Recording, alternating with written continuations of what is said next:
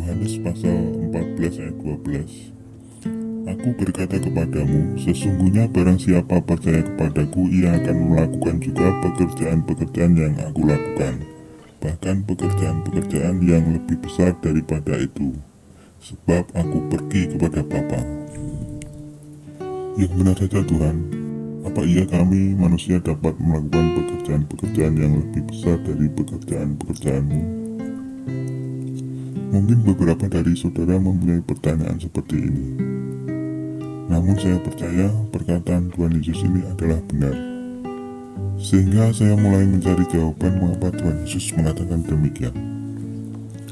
Sebab sebelumnya saya diliputi keraguan jika memang manusia dapat melakukan pekerjaan-pekerjaan yang lebih besar daripada yang dilakukan oleh Tuhan Yesus. Dan ketika manusia mengatakan dapat melakukan pekerjaan yang lebih besar itu, pastilah ada orang yang akan menentangnya dengan alasan apakah manusia hendak menyamakan bahkan melebihi dari Tuhan Yesus. Berdasarkan konteksnya, perkataan Tuhan Yesus ini berbicara mengenai rumah Bapa di surga, yakni bukan lagi mengenai dunia ataupun pekerjaan-pekerjaan untuk dunia, melainkan untuk surga. Sebelumnya kita ketahui dahulu apa sih pekerjaan-pekerjaan Tuhan Yesus di dunia selama Yesus masih di dunia sebagai manusia di dunia. Untuk menjelaskan hal ini, kita dapat melihat salah satu perkataan Yesus kepada murid-murid Yohanes dalam Matius pasal 11 ayat 5. Dikatakan orang buta melihat, orang lumpuh berjalan, orang kusta menjadi tahir, orang tuli mendengar, orang mati dibangkitkan, dan kepada orang miskin diberitakan kabar baik.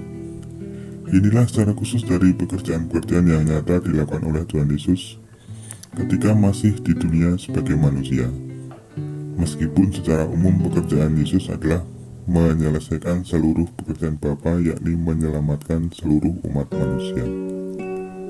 Untuk memperoleh jawaban apakah manusia dapat melakukan pekerjaan yang lebih besar dari pekerjaan-pekerjaan yang dilakukan oleh Yesus selama di dunia, maka agar pokok permasalahannya tidak melebar, kita fokuskan pekerjaan Tuhan Yesus sebagaimana dalam Matius pasal 11 ayat 5. Meskipun sangat banyak pekerjaan dan mujizat Yesus yang lain, di antaranya meredakan badai, mengubah air menjadi anggur, dan masih banyak lagi, yang untuk ini jika Tuhan menghendaki akan saya sampaikan nanti pada kesempatan lain.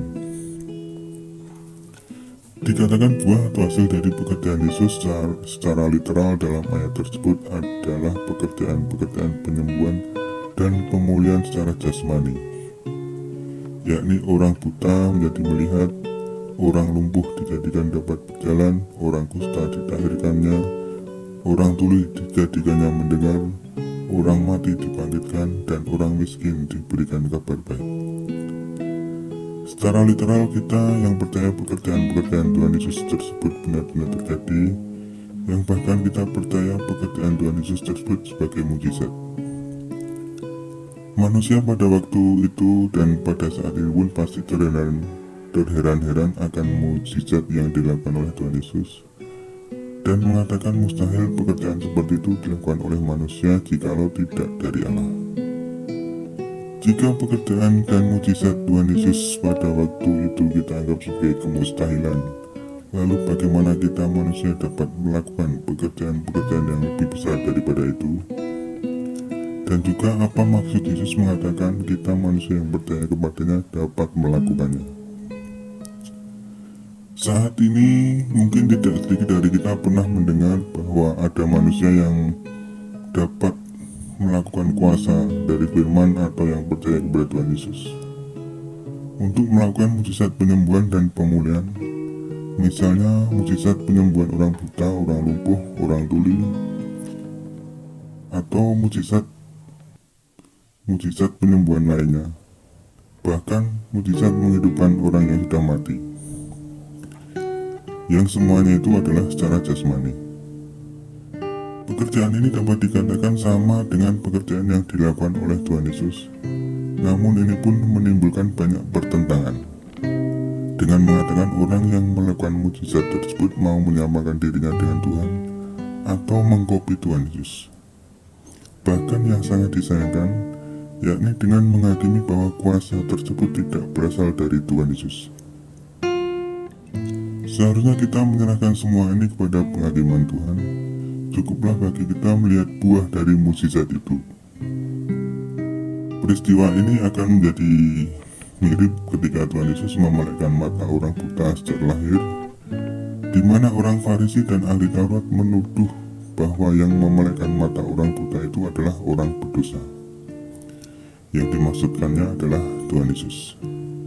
Sebagaimana Yohanes pasal 9 ayat 24-25. Yang dikatakan, lalu mereka memanggil sekali lagi orang yang tadinya buta itu dan berkata kepadanya, katakanlah kebenaran di hadapan Allah. Kami tahu bahwa orang itu orang berdosa. Jawabnya, apakah orang itu orang berdosa aku tidak tahu. Tetapi satu hal aku tahu, yaitu bahwa aku tadinya buta dan sekarang dapat melihat. Jika demikian, apakah kita akan menghakimi seseorang yang mengatakan dengan kuasa firman dari Alkitab melakukan mukjizat? Namun jika memang kuasa itu tidak berasal dari firman, maka biarlah firman sendiri yang akan menghakiminya kelak. Ini baru pekerjaan atau mukjizat duniawi dan masih sama seperti yang dilakukan Tuhan Yesus. Bagaimana jika melebihi dari yang dilakukan Tuhan Yesus? Apakah manusia akan dianggap menghujat Tuhan atau mau menjadi lebih dari Tuhan atau bahkan menjadi Tuhan? Sekarang sudah saatnya kita tahu bahwa bukan pekerjaan dan mukjizat untuk dunia yang Tuhan Yesus maksudkan dan inginkan untuk kita kerjakan, namun Tuhan Yesus mau agar kita manusia melakukan pekerjaan dan mukjizat untuk surga. Meskipun sebagian dari kita secara jasmani tidak dikaruniai untuk dapat melakukan mukjizat-mukjizat jasmani dan duniawi tadi, namun semua manusia mempunyai potensi atau talenta untuk dapat melakukan yang lebih besar dari pekerjaan dan mukjizat jasmani duniawi tadi, yakni bagi kita yang percaya kepada Tuhan Yesus dan pekerjaan-pekerjaannya. Apakah kita dapat memelekkan mata orang yang buta secara jasmani? Kalaupun tidak bisa, janganlah khawatir, sebab Tuhan Yesus mengatakan kita dapat melakukan yang lebih dari sekedar memelekkan mata orang buta secara jasmani.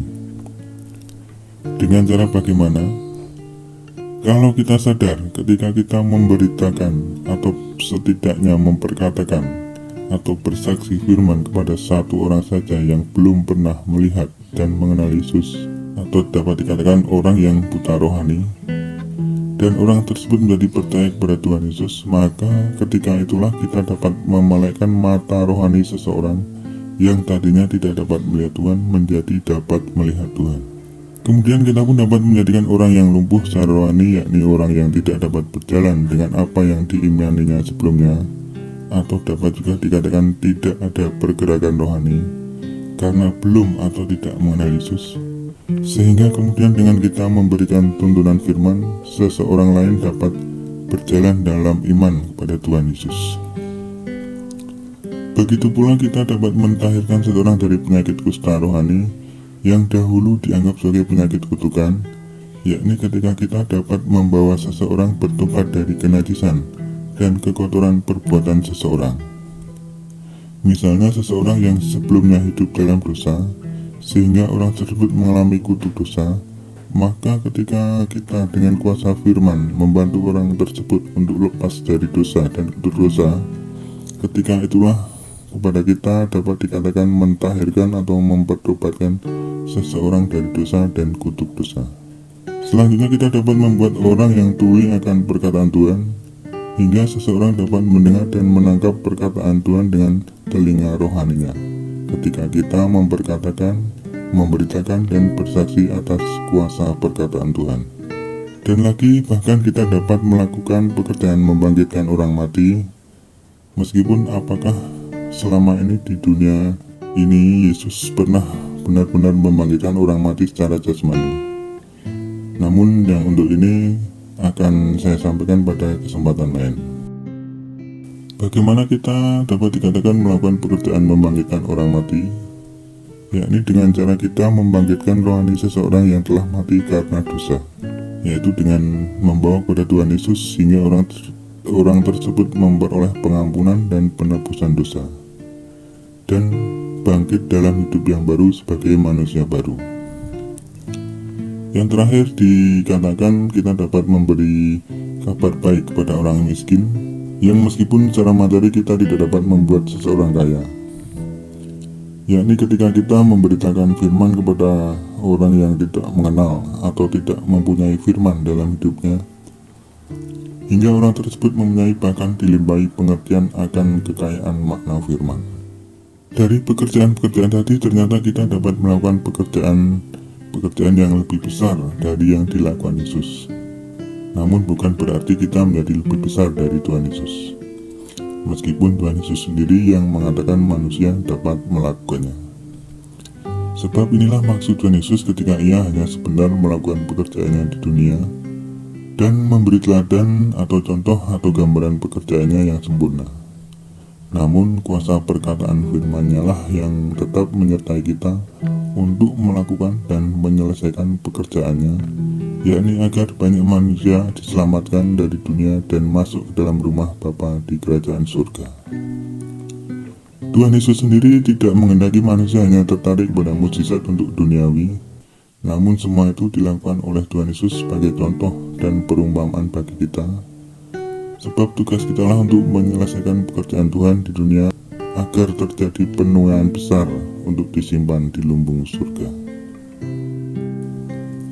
Sebagai penutup, meskipun kita dapat melakukan pekerjaan yang lebih besar dari yang dilakukan oleh Tuhan Yesus, jangan lalu kita menjadi sombong sebab Tuhan Yesus sendirilah yang bekerja, sedang kita hanyalah alatnya. Demikian renungan firman Tuhan untuk kesempatan kali ini. Tuhan Yesus memberkati.